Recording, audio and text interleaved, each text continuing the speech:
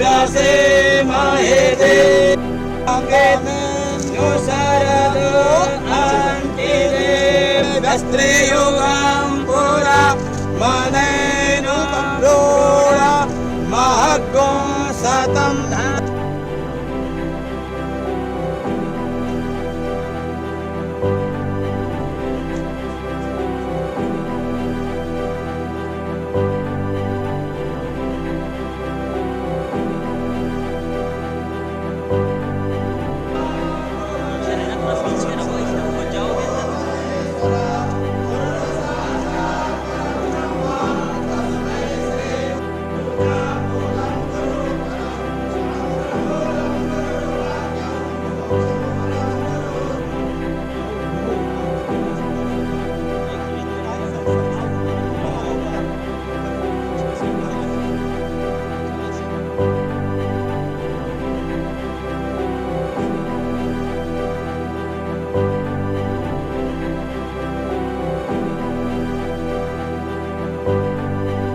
दृष्टि तुम्हारी कृपा दृष्टि तुम्हारी त्रिभुवन सुखदाता ओम जय गंगे माता आरती मात तुम्हारी जो जन नित गाता मैया जो भक्त नित गाता दास बहे सहज में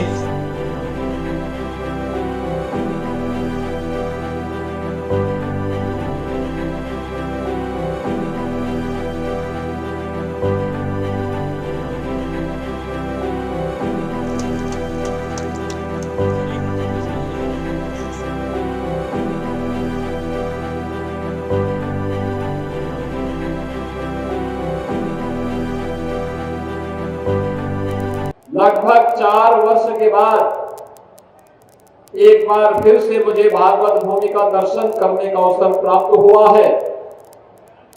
इस पावन भूमि को कोटि कोटि नमन करते हुए मैं आप सबका हृदय से अभिवादन करता हूं।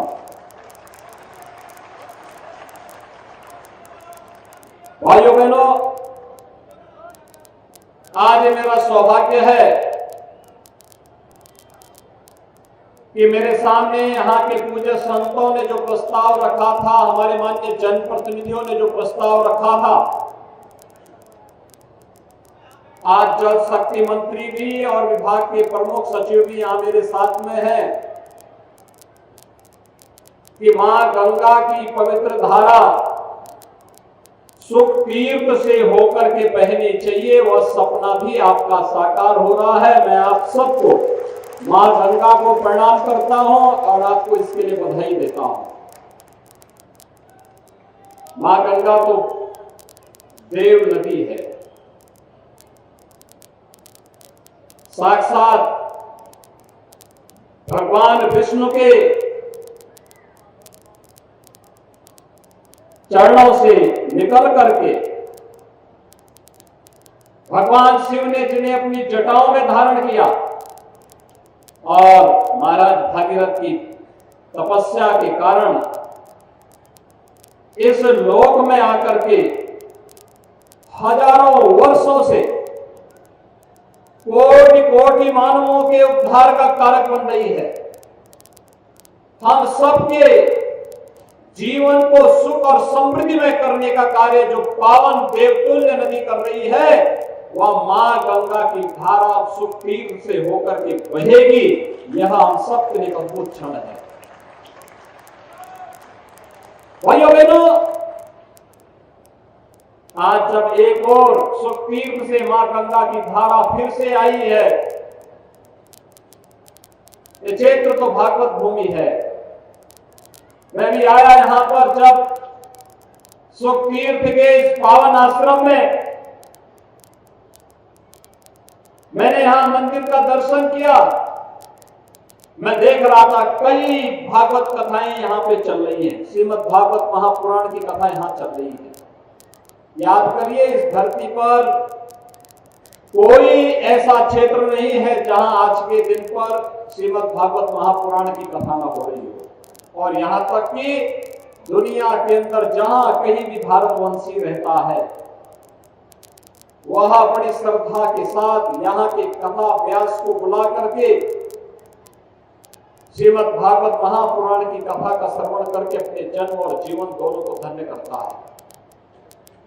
यह सौभाग्य इस धरती को है कि महाराज सुखदेव के श्रीमुख से सबसे पहले इस कथा को सुनने का किसी को अवसर प्राप्त हुआ था। तो महाराज परीक्षित ने अपने मोक्ष के लिए इसी धरती पर श्रीमद् भागवत महापुराण की कथा को सुना था,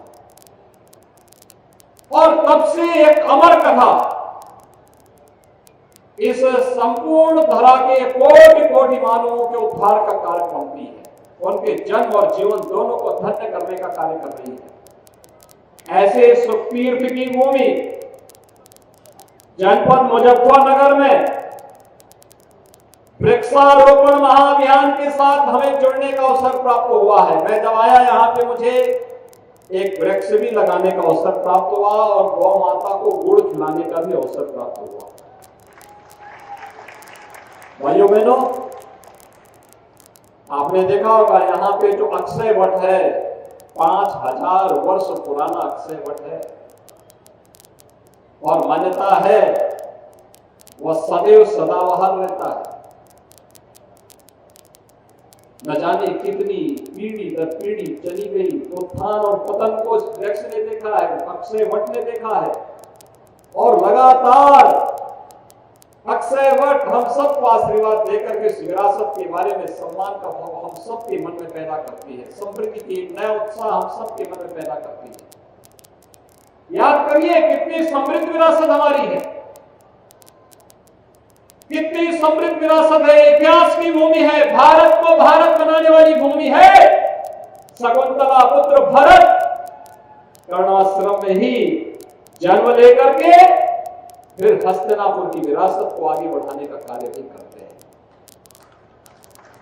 ये वही भूमि है, मुझे इससे पहले अभी विदुर कुटी में जाकर के वृक्षारोपण करने का सौभाग्य प्राप्त हुआ था।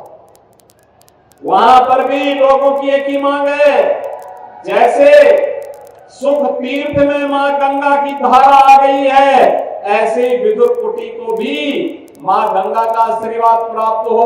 आज हम लोग उसका भी सर्वे करके आए हैं। पश्चिमी उत्तर प्रदेश की अर्थव्यवस्था का बहुत बड़ा आधार है, और जो पोटेंशियल यहां पर है, यहाँ के नौजवानों में, यहाँ के किसानों में, यहाँ की बेटियों और यहाँ की बहनों में, यहाँ को समृद्ध बनाने के लिए जो योगदान किया जा रहा है वह अद्भुत है, अविस्मरणीय है और अतुल्य है, उसकी कोई तुलना नहीं की जा सकती। और भाइयों बहनों, इसीलिए आज 242 करोड़ रुपए की इन परियोजनाओं का शिलान्यास और आधारशिला जो हमारे माननीय जनप्रतिनिधियों ने, केंद्रीय मंत्री जी ने, माननीय यहाँ के हमारे मंत्री कपिल देव अग्रवाल जी ने, विधान परिषद सदस्य, अन्य हमारे जिला पंचायत के अध्यक्ष और अन्य सभी पदाधिकारियों ने, जनप्रतिनिधियों ने जो प्रस्ताव दिए, उन प्रस्तावों को आज यहाँ पर 77 परियोजनाओं के माध्यम से जमीनी धरातल पर उतारने का कार्य आगे बढ़ रहा है। वृक्षारोपण महाअभियान के साथ आप में से अगर कोई जुड़ नहीं पाया है तो जरूर एक वृक्ष जरूर लगाइएगा। मुझे आज बरगद का पेड़ लगाने का भी अवसर प्राप्त हुआ है और पीपल का वृक्ष भी लगाने का अवसर प्राप्त हुआ है। ये लगातार चल रहा है। हर सरकार का मंत्री अलग अलग जनपदों में जाके इस कार्यक्रम के साथ जुड़ रहा है। भाइयों बहनों, आज के इस अवसर पर मैं एक बार फिर से मां गंगा की पवित्र धारा सुख तीर्थ को स्पर्श करते हुए आज आगे बढ़ी है। मैं इस अवसर पर मुजफ्फरनगर वासियों का, सुख तीर्थ में निवास करने वाले सभी श्रद्धालुओं का, पूज्य संतों का एक बार फिर से हृदय से अभिनंदन करता हूं, बधाई देता हूं और विश्वास व्यक्त करता हूं कि हम सब मिलकर के उत्तर प्रदेश को देश के अग्रणी अर्थव्यवस्था के रूप में स्थापित करके, उत्तर प्रदेश को देश के हृदय स्थल के रूप में आगे बढ़ा करके भारत में प्रधानमंत्री मोदी जी के नेतृत्व में भारत को दुनिया की सबसे बड़ी महाशक्ति के रूप में स्थापित करने में अपना योगदान देंगे। आप सबके प्रति एक बार फिर से हृदय से अपनी शुभकामनाएं देता हूं और इस पवित्र भागवत भूमि को कोटि कोटि नमन करते हुए आप सबके सुख और समृद्धि की कामना करते हुए अपनी वाणी को विराम देता हूं। धन्यवाद। जय हिंद। प्रभातखबर.com, विश्वास वही, रफ्तार नहीं।